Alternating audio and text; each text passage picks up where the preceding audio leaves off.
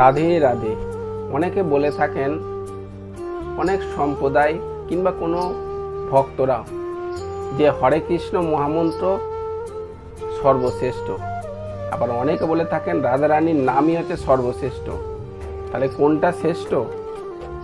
ভক্তদের কাছে এবং মহাপুরুষদের বাণী সেটা আপনাদেরকে বলে দিচ্ছি। চাহে হরে কৃষ্ণ মহামন্ত্র, চাহে রাধারানীর নাম, দুটোই সমান। যে গুরুদেব যাকে আদেশ করবে, সে গুরুদেবের আদেশ অনুপাতে তার চলাটাই হচ্ছে সর্বশ্রেষ্ঠ।